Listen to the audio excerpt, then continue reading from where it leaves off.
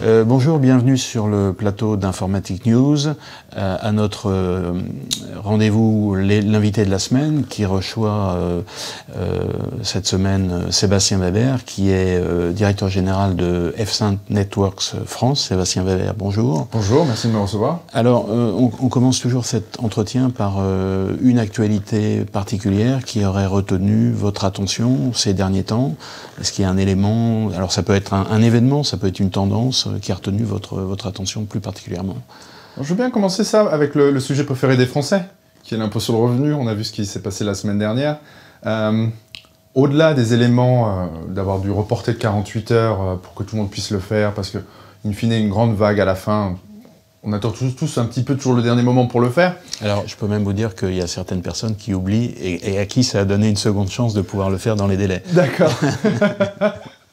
Comme quoi, il peut y avoir voilà. des effets positifs à ce genre d'événement.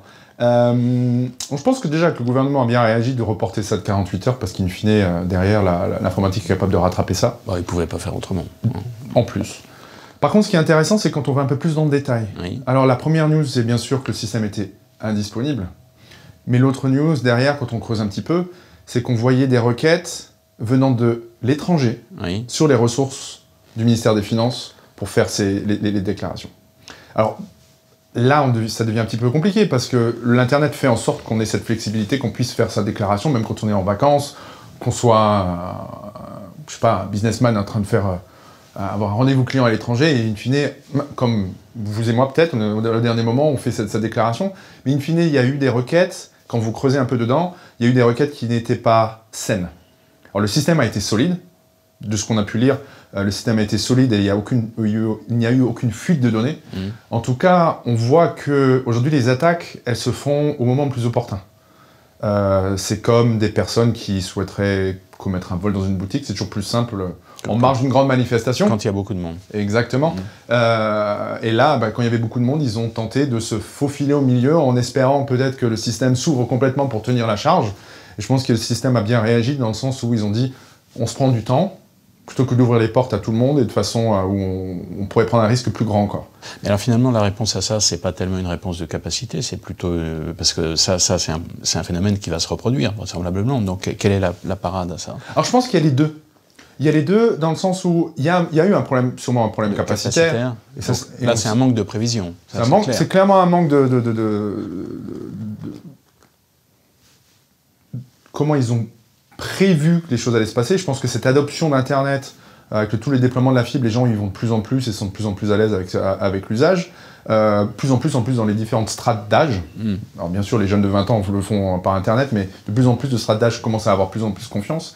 Donc il y a un élément capacitaire à revoir, mais je pense aussi qu'il y a aussi un élément de sécurité, parce que ces événements-là ne sont pas anodins. La clôture d'une déclaration d'impôt est tout sauf un événement anodin. C'est comme un match de foot au Stade de France, enfin tous ces éléments-là. Et on doit prévoir une sécurité, spécifique, et renforcée. Très bien. On espère qu'ils auront appris de leur expérience et que l'année prochaine, il n'y aura pas ce même problème. Alors évidemment, on va parler de F5 Networks, puisque vous êtes là pour ça. Et bien sûr, le sujet d'actualité le plus important, c'est l'acquisition de Nginx que vous avez faite il y a quelques semaines. Enfin, c'est relativement récent. 3 semaines, oui. Ça a été clôturé exactement il y a 3 semaines. C'est ça. Et au départ, alors Nginx, donc on rappelle en 2 mots, c'est un éditeur de serveurs web haut de gamme, si je puis dire, et qui il y a eu un certain nombre d'informations qui montraient que, alors on sait depuis toujours, il y a les serveurs Apache, les serveurs Microsoft, et finalement, récemment, il est arrivé à prendre le devant de ces 2 leaders. Alors, on a pu être un petit peu surpris de ce rapprochement entre 2 mondes qui sont relativement différents, donc vous allez nous expliquer finalement quels sont les objectifs poursuivis par F5 Networks avec ce rachat, et quelles sont les synergies offertes par ce regroupement. Alors, F5 Networks, c'est connu, Nginx dans notre monde IT est moins connu. Pour vous donner un chiffre, aujourd'hui, il y a 450 millions de sites web qui tournent sur Nginx. Il y a tous les mois 11 millions de nouveaux sites lancés sur Nginx. C'est 4 sites web par seconde. C'est énorme. Vous avez utilisé un terme que je permets juste de le colorer un peu. Nginx, c'est une solution haut de gamme en termes de performance. C'est le monde open source. Et on a clairement compris l'acquisition qu'on faisait. Nginx est open source, restera open source. D'ailleurs, F5 a pris des décisions très fortes en termes vis-à-vis du marché, d'investir encore plus dans Nginx et de contribuer à la communauté open source sur les sujets, parce qu'aujourd'hui, on pense que c'est là que les choses commencent.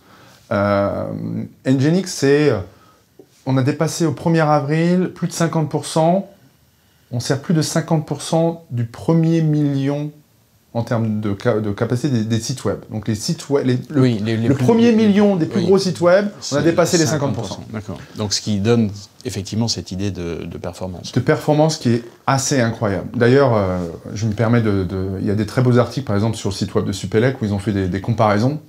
Et certaines autres solutions historiques tiennent aussi bien que Nginx, mais si on prend l'ensemble des performances demandées, Nginx est complètement nouveau. À vrai dire, c'était le responsable du Yahoo russe qui a complètement réécrit avec de l'expérience réelle et l'a mis en open source, donc a recréé un web server. Mais c'est pas qu'un web server. C'est aussi une gateway pour les API, c'est aussi toute la gestion du microservice dans les containers. C'est énormément plus que juste le site web qui est très connu. Alors maintenant, la synergie avec F5 Network, est-ce que vous pouvez nous expliquer un petit peu en quoi elle consiste finalement? Qu'est-ce que ça apporte à F5 Network d'avoir fait cette acquisition? On voulait proposer un portfolio de solutions qui va du code à l'utilisateur de l'application. F5 a depuis toujours, depuis 20 ans, fourni des services applicatifs. On ne l'appelait pas comme ça, mais in fine, une application a besoin d'être disponible, elle a besoin d'être scalable. Ce terme-là, j'ai jamais su le mettre en français. Évolutive, on va dire. Évolutive en termes capacitaires, oui. Sécurisée, et aussi très performante en termes de temps de réponse. L'idée, c'est qu'aujourd'hui, les services applicatifs, c'est une très bonne chose. Le monde a changé. Nous, on a le concept de capital applicatif chez F5. Ce qu'on croit chez F5, c'est que, on va dire, il y a à peu près une centaine d'années, le capital était au niveau de la force. C'est-à-dire, c'était la vapeur, c'était l'ouvrier, c'était vraiment cette capacité à bouger des choses, à créer du bien. Au milieu du XXe siècle, le capital des sociétés était principalement basé sur le capital humain. Toutes les sociétés comme Ron Poulenc, tout ce qu'ils ont fait à ce moment-là, toutes les sociétés qui ont innové comme IBM, étaient vraiment liées sur l'intellect. Aujourd'hui, on voit que le capital d'une entreprise, d'une initiative, est basé sur son application. La première chose qu'on fait le matin, c'est se lever et de regarder ses applications. Et on voit à quel point une application est capable de... Prenez Blablacar, c'est une application. C'est cette application-là qui est la valeur même de l'entreprise qui est derrière. Donc on veut suivre cette évolution industrielle. On pense que c'est la 4e révolution industrielle. C'est pas seulement Internet, c'est le fait qu'on veut... C'est quand la dernière fois que vous avez été à la banque? Moi, ça fait un moment. Non, ça fait quelques jours, c'est très récent. Ah, pas de chance aujourd'hui. Mais on y va beaucoup moins souvent qu'on y allait avant. C'est sûr. Bah, d'ailleurs, ils ferment les agences. Ils ferment les agences. Pour commander, il y a les drives. Tout passe par des applications. La première chose, à vrai dire, on ne demande même plus le Wi-Fi, on demande, mais est-ce que pour votre hôtel, il y a une appli pour faire une réservation, etc. On ne demande même plus le Wi-Fi parce qu'à vrai dire, la connectivité est vraiment assurée aujourd'hui. C'est vraiment les applis. Est-ce que vous avez une appli? Et cette application-là, c'est ça qui fait le capital de l'entreprise. Et donc, on veut suivre ça. L'idée, c'est qu'aujourd'hui, les applications, elles ne peuvent plus être mises à jour toutes les 2 fois par an. Avant, c'était 2 fois par an une mise à jour d'une application. Aujourd'hui, ça peut être 10 fois par jour. Ajouter un plugin, changer la couleur, mettre un feed avec une information de l'actualité. Ça bouge énormément. Et les gens veulent ça, cet élément-là. Le temps s'accélère. Le temps d'attente n'est plus là. Et donc là, on tombe sur le concept qu'on appelle DevOps. C'est-à-dire, c'est toute une série de concepts de génération d'applications ils appellent ça le CICD. Continuous Integration, Continuous Deployment. C'est-à-dire de pouvoir toujours adresser ça. Et aujourd'hui, comment vous voulez rendre une application disponible, à haute performance et sécurisée, si vous n'êtes pas capable d'avoir cette vélocité? Et donc, ce que nous apporte Nginx dans l'ensemble du portfolio F5, c'est justement cette compréhension du monde DevOps, de la façon dont ils utilisent les applications, de la façon dont ils créent du code et le transforment en application pour que derrière nous on puisse mettre les services. Alors est-ce que Nginx va continuer à fonctionner de manière indépendante tout en organisant cette synergie avec ce que vous proposez vous, ou est-ce qu'au contraire il va y avoir une véritable intégration des deux mondes? Ou est-ce que c'est un peu tôt pour le dire? F5 a fait le choix de se libérer de la tyrannie du choix. Point numéro 1, Nginx reste un projet open source. Oui. En plus de services, si vous voulez aller plus loin, Nginx a énormément de... tout ce qui est contrôleur d'API. Les API est un vrai sujet d'ailleurs, qu'on va vraiment pouvoir adresser avec Nginx. Parce qu'aujourd'hui, sur une application, c'est bien, une application a parfois 50 API. Une API, c'est 50 portes ouvertes à une attaque, par exemple. Et donc, comment on manage ces API, c'est une chose. Nginx, la BU Nginx, reporte directement à notre CEO, François Locodono. Directement. Pour garder cette autonomie par rapport à l'ensemble des autres BU produits. Ça, c'est un point. Donc aujourd'hui, il y a une vraie indépendance sur ce sujet-là pour pouvoir alimenter le monde open source. D'ailleurs, peut-être on en parlera plus tard, F5 avait déjà commencé à produire du code dans le monde open source, à SpenMesh, à S4. Il y a des éléments on pourra peut-être en parler. Maintenant, en termes de démarche commerciale et en termes d'approche client, on veut vraiment apporter une expertise sur l'ensemble de la chaîne, de la production de code à la mise en disponibilité d'une application avec les services qui vont avec. À vrai dire, aujourd'hui, Nginx et F5, ça fonctionne déjà ensemble. On a un concept qui s'appelle les high rules. C'est un énorme avantage de la solution F5 qui permet de s'adapter à énormément d'environnements et aujourd'hui, ça fonctionne déjà ensemble. Donc, il y a déjà eu une intégration. Nginx était un leader sur leur marché, nous on est leader sur notre marché. Naturellement, on avait travaillé, même sans vraiment on a eu à, chacun de son côté, travailler avec l'autre. Alors, un autre sujet qu'on a déjà un peu abordé, mais les entreprises ont déjà migré beaucoup de leurs applications sur le cloud et continuent à le faire. Et vous avez annoncé, alors on abordera les problèmes que ça pose, mais en termes de sécurité notamment, mais vous avez annoncé relativement récemment, je dirais, un ensemble d'éléments sous la bannière Cloud Services, oui. Avec une première étape en termes de solutions, puis il y en a une deuxième qui va venir. Est-ce que vous pouvez nous donner un peu plus d'éléments sur cette annonce qui va s'échelonner dans le temps et qui va s'enrichir. Il va s'enrichir au fur et à mesure. Est-ce que vous pouvez nous donner quelques éléments? Alors, on a lancé tout ce qui était gestion et DNS en cloud service chez Amazon. Ça a été un grand événement où François, notre CEO, était justement avec Amazon Web Services. L'idée, c'est de fournir l'ensemble des services applicatifs, encore une fois, sous la plupart des moyens de consommation, mais aussi tous les moyens opérationnels. Les gens parlent souvent de consommation, mais à vrai dire, au-delà de la consommation, c'est souvent le modèle opérationnel qui compte pour nos clients. Donc, aujourd'hui, c'est DNS. Au moins, entre juillet et août, on va lancer tout ce qui est GSLB et WAF. Est-ce que vous pouvez préciser pour nos lecteurs qui ne sont pas tous familiers de ces acronymes? Merci de me rattraper. C'est tout ce qui est Global Load Balancing. D'accord. Le premier, et l'autre, WAF, c'est le Web Application Firewall, qui est la protection de niveau 7. Pourquoi on va vite dans cette direction-là? Parce qu'aujourd'hui, on se rend compte que 87% de nos clients sont en multi-cloud déjà. Oui. Et que 86% des attaques se situent à ce niveau 7. Au niveau 7. Et donc, nos clients ont besoin d'une couche transverse, multi-cloud, c'est-à-dire au lieu d'avoir une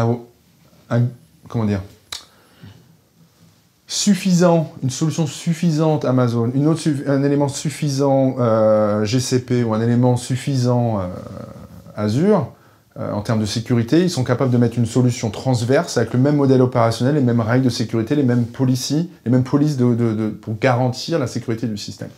Sur les différents clouds. Sur les différents clouds. Ça, c'est l'approche multi-cloud. Maintenant, quand Cloud Services, c'est vraiment pouvoir activer des services directement du cloud pour pouvoir sécuriser et fournir tous ces services-là aux applications. L'idée, c'est tout simplement qu'un client aujourd'hui, on pensait qu'ils allaient vers un cloud, et in fine, ils vont vers plusieurs clouds. Et in fine, ils ont plusieurs modèles opérationnels.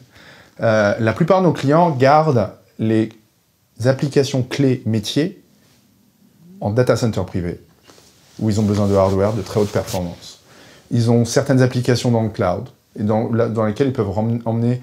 On a longtemps parlé du Bring Your Own Device, aujourd'hui on parle du Bring Your Own License, c'est-à-dire de pouvoir acheter de la licence, mettre une licence et en gros utiliser le cloud comme un environnement d'intégration. Mais ils le font encore eux-mêmes. Maintenant, ils achètent un service où c'est le cloud qui va fournir le service. Par contre, le management du service, il est encore la responsabilité du client. Et le dernier élément que fournit F5, c'est un élément totalement externalisé, où l'ensemble des services applicatifs peuvent être gérés directement par F5, où on vous garantit la performance. C'est du service managé. Du service managé. Donc on a toute la palette. Donc on a des modèles commerciaux qui vont de l'ELA à de l'achat simple, historique. Mais aujourd'hui, on a des modèles d'ELA qu'on applique sur le monde IT, sur des constructeurs historiquement réseau, mais aujourd'hui on est plus un acteur cloud et sécurité que purement à l'ancienne mode hardware. Et en plus de ces modèles commerciaux, il y a des modèles donc, de consommation, mais aussi des modèles opérationnels pour s'adapter au modèle opérationnel de nos clients. Alors, finalement, ça nous amène à la question générale, et on terminera notre entretien là-dessus. Bon, on le dit, les entreprises ont migré vers le cloud et font du multi-cloud, donc ça c'est clair. Mais est-ce que vous pensez que, finalement, une informatique qui fonctionne de ce point de vue-là est plus sécurisée que l'informatique traditionnelle qu'on a connue il y a 5-10 ans? Mais la question subsidiaire, c'est est-ce que, finalement, les entreprises, les clients en général, une fois qu'ils sont allés vers le cloud, ils n'ont pas tendance à se reposer sur les opérateurs de cloud, et alors que finalement il y a ce qu'on appelle ce fameux modèle de sécurité partagée qui finalement impose à chaque partie, donc les opérateurs et les clients, à bien regarder ce qu'il y a dans ce contrat pour savoir qui est responsable de quoi. Et est-ce que ça, c'est pas un point qui est un petit peu oublié? Vous avez utilisé le bon terme, c'est un contrat. C'est comme les polices d'assurance. On vous dit, on vous garantit. Mais in fine, c'est dans les petits mots en bas que se fait la différence. Les clouds sont presque inattaquables. Jusqu'au niveau 4. Et quand vous parlez de modèle de sécurité partagée, c'est en fonction de ce que vous achetez dans un cloud, vous avez plus ou moins de garantie. C'est-à-dire quand vous achetez aujourd'hui un service SaaS, Salesforce Office 365, ils sont responsables du service de A à Z. Par contre, quand vous achetez de la capacité, ce que fait la majeure partie de nos clients, vous achetez de la capacité, c'est-à-dire de la CPU, de la RAM, du disque, parfois des OS, et vous faites tourner une application dessus. Par contre, eux vous fournissent la sécurité jusqu'au niveau 4. L'accès à ça. Mais pour rappeler un chiffre, 86% des attaques se font au niveau 7. Et très clairement, on travaille beaucoup, nous, avec les grands acteurs du cloud, on est très proche d'eux, et ils veulent travailler avec nous parce qu'ils savent, eux aussi, même s'ils ne disent pas forcément aux clients tout de suite, que eux ont un certain niveau de garantie, mais qu'au-dessus, c'est de la responsabilité du client. Et c'est au client de sécuriser ces applications-là. Tout en sachant en plus que, aujourd'hui, la plupart des éléments qui sont dans le cloud de nos clients sont des éléments de pré-production, avec un code qui est de moindre valeur. Donc ils n'investissent pas forcément dessus, il n'y a pas forcément des services de sécurité, de performance. Performance, pourquoi pas, c'est de la pré-prod. Par contre, en termes de sécurité, un élément de pré-prod est connecté à l'IT central. Et donc ça permet de... Des attaques de rebond. On appelle ça on appelle ça les attaques par rebond via l'usine à code. Souvent, le cloud est une usine à code, interconnectée avec le central, et c'est là qu'est le risque. On ne peut pas se permettre d'avoir une application, même si elle est en pré-prod connectée à son IT central, qui ne soit pas sécurisée. C'est la première attaque qui soit. Aujourd'hui, on a vu des instances se faire attaquer en moins de 4 minutes. À partir du moment où cette instance est publiée sur Internet, elle est vue, et c'est la première chose que les hackers essayent. Je rentre dedans, je verrai. On n'attaquera jamais une grande banque française en direct. Par contre, si elle a un élément en pré-prod, peut-être que ça vaut le coup d'essayer de passer par là. Donc finalement, si on tient les deux éléments que vous avez donnés, c'est donc sous forme de conseil à donner aux entreprises, c'est bien regarder dans les contrats qu'ils ont avec leurs opérateurs, ou leurs opérateurs, parce qu'il peut y en avoir plusieurs, pour savoir qui est responsable de quoi, et deux, faire attention précisément à ce que vous appelez ces usines à code, qui finalement peuvent constituer des portes d'entrée vers tout le patrimoine applicatif et ensuite vers les données de l'entreprise, et donc pourrait éventuellement coûter très cher. C'est tout à fait ça. Il faut regarder votre hauteur de couverture assurantielle dans le cloud et voir sur quel scope d'instances, tout ça s'applique. Et en fonction de ça, il va falloir faire vraiment des choix. Je dirais, il va falloir faire le choix courageux de se protéger des petites portes d'entrée. Encore une fois, on n'attaque jamais la grande porte. On attaque toujours par une fenêtre. Et là, c'est des fenêtres grandes ouvertes sur l'IT interne. Très bien, écoutez, on va en rester sur cette métaphore. En tout cas, Sébastien Weber, merci beaucoup. Merci à vous.